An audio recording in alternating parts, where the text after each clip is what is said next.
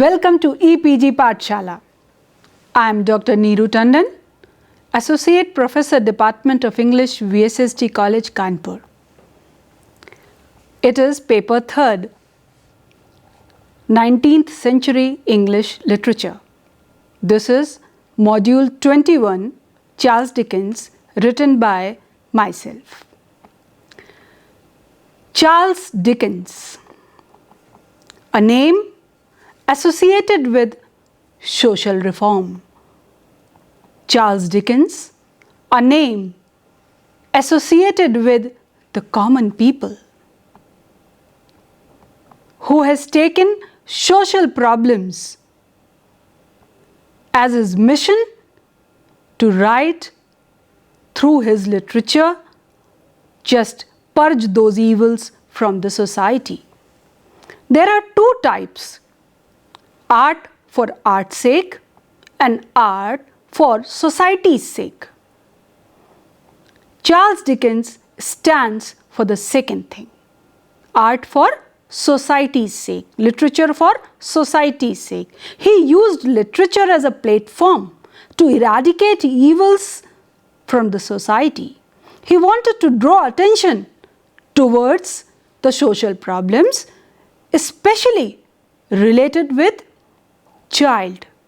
So he wrote his novels on child abuse, he wrote his novels on child workers and different other problems. The way he wrote these novels, of course, as a work of art, they are supreme. More than that, they are enjoyable and they touch your heart. So in this module, we are going to have Charles Dickens as a novelist, introduction of the novel, story, setting, plot, genre and form of the novel. Structure of the novel will be discussed. Then the literary devices used in The Great Expectations. After that, we will discuss briefly the major characters of the novel and some other interesting facts related with the novel. Now, just to start with, we should know who the writer is as a man.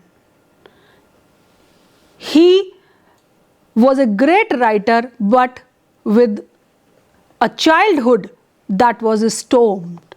His father, John Dickens, his mother, Elizabeth Barrow, father was a naval clerk, financially comfortable previously, but then destitute.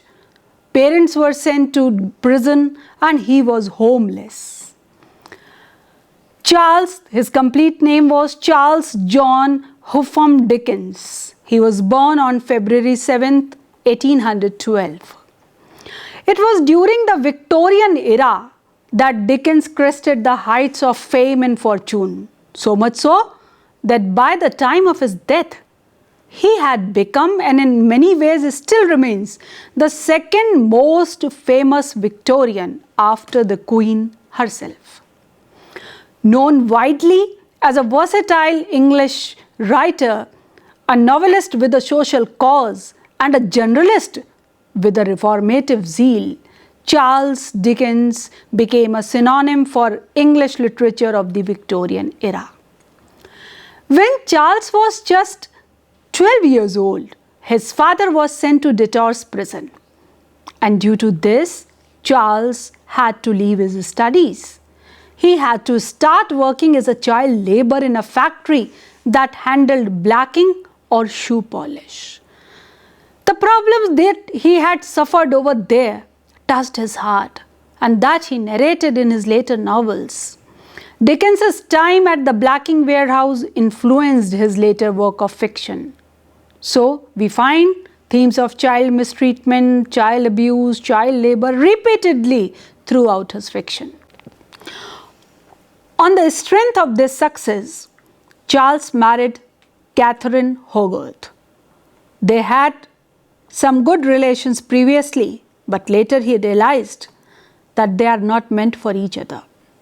First, they took separate bedrooms in 1857, and then in June 1858, Catherine and Charles were legally separated.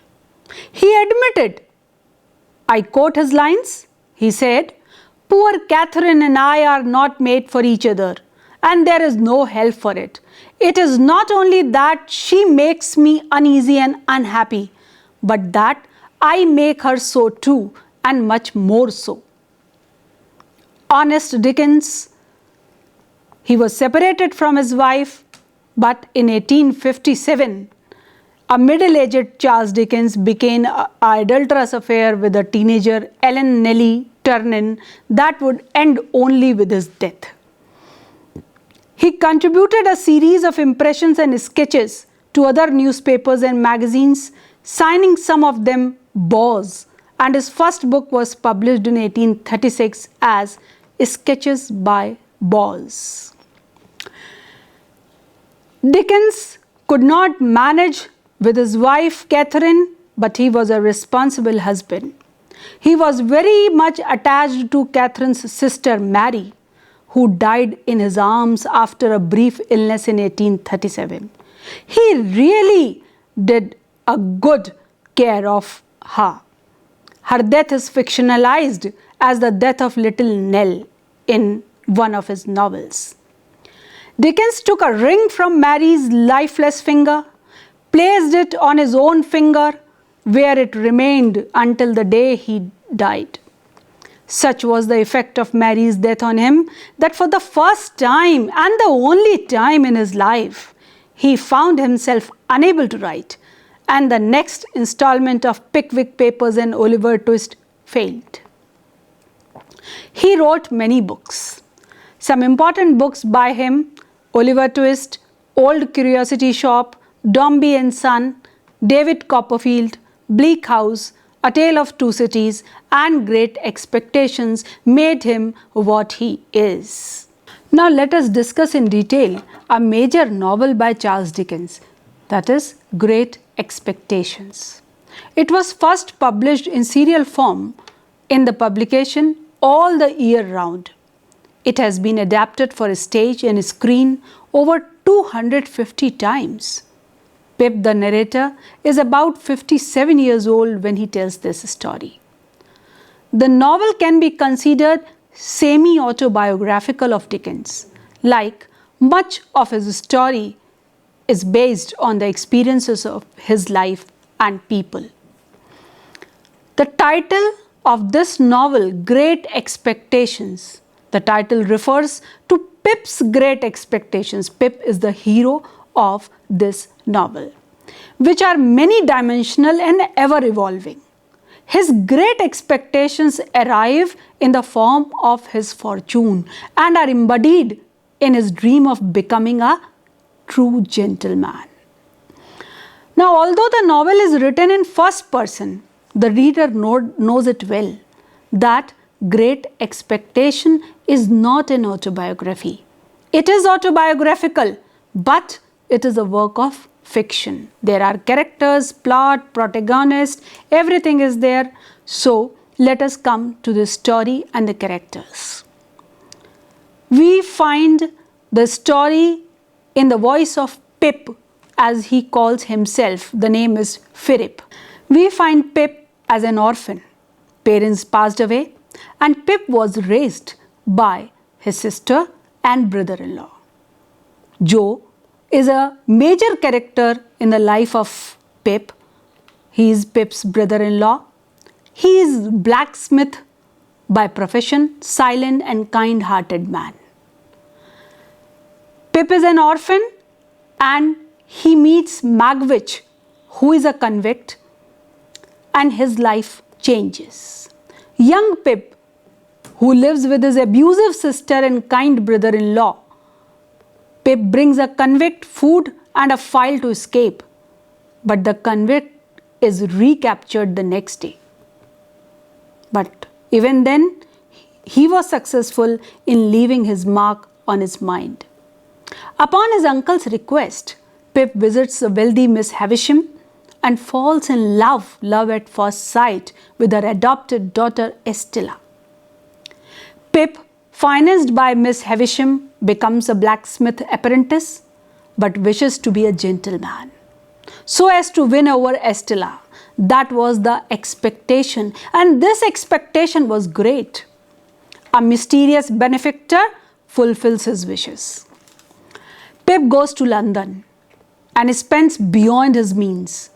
He learns that Magwitch, the convict he helped, is his benefactor and not Miss Havisham. Estella plans to marry another man. Heartbroken Pip keeps on working. In the meantime, Miss Havisham dies. Pip discovers Estella is Magwitch's daughter. Yes, the same Magwitch who was his secret benefactor. Magwitch dies in prison. Joe pays off Pip's debt and Pip goes to Cairo to become a clerk. Later, he comes to widowed and kinder Estella. The novel ends that Pip goes to meet Estella, and after a brief conversation, they come out hand in hand. Dickens has not clarified the proper ending in his own words, but rather he suggests that now Estella is changed. Now he could just make it happen with Estella. Now Estella could realize the depth of his love for her, and they come out hand in hand. Now let us discuss plot and structure of the novel. Charles Dickens is said to have explored a new ground in this novel, Great Expectations. The theme of self-knowledge explored in the novel expresses in part Dickens's own search for a sense of self. People regard and they suggested that Pip has a touch of Dickens in him, and he is fictional but autobiographical as well. Structurally, the novel is a narration by a mature and retrospective Pip. It is divided into 3 distinct stages, each labeled as a specific stage of Pip's expectations, Pip's great expectations. In a chronological sequence, these chapters trace Pip's progress from a child to adolescent and then young adult. This is a journey from acceptance of his true place in the society. In terms of plot and structure, it is also a journey from a small town to the city and then to a town again, completing the full circle. The first stage introduces all the major characters and sets the plot in motion. Pip is introduced and his situation and context are developed fully. Even we are told about the first seeds of his desire to be uncommon, to be a gentleman, in order to win the heart of his lady love, Estella. This leads to the revelation by Mrs. Jaggers, the lawyer, that Pip is to inherit a huge fortune and become a gentleman. This sounds miraculous as well, mysterious, another important quality of romantic literature. This stage describes the spendthrift and idle way Pip squanders wealth and what kind of person he has become. On the surface of things, Pip believes that he is living up to his great expectations, satisfied but in search of something. He also has the expectation that he will be able to marry Estella. But this stage of his expectation is completely shattered when the benefactor discloses his identity to Pip. In this part, gradually Pip's expectations of himself rise as the plot develops. The second stage of Pip's expectations involves a change of setting. In this section, Pip's development into a gentleman is explored and the journey continues.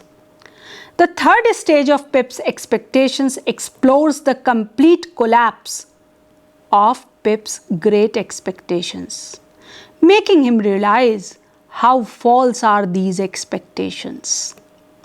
The old and false expectations are replaced by new and more mature perspectives in life.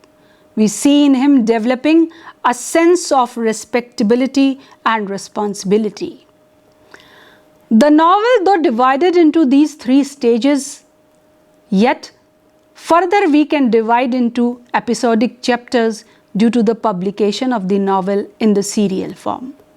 Each chapter must necessarily have a complete movement as well as some sort of trigger that will just induce the reader to buy the magazine the following week, in order to see what will happen next.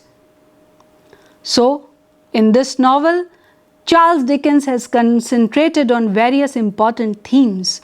Some are social injustice, child abuse, self-deception, fear and guilt, relationships, snobbery and vanity, and false and great expectations. The novel was adapted into a movie many times. Charles Dickens is a great social activist who said, "A word in earnest is as good as a speech." The novel Great Expectation has got various tones. It is comic, it is cheerful, it is satirical, it is wry, critical, sentimental, dark, dramatic, foreboding, gothic, and sympathetic as well. We are surprised. How could Charles Dickens infused so many things into one story? But that's why we call him genius. Themes of Great Expectations are also various. Ambition and the desire for self-improvement, like social, economic, educational, and moral, all are there.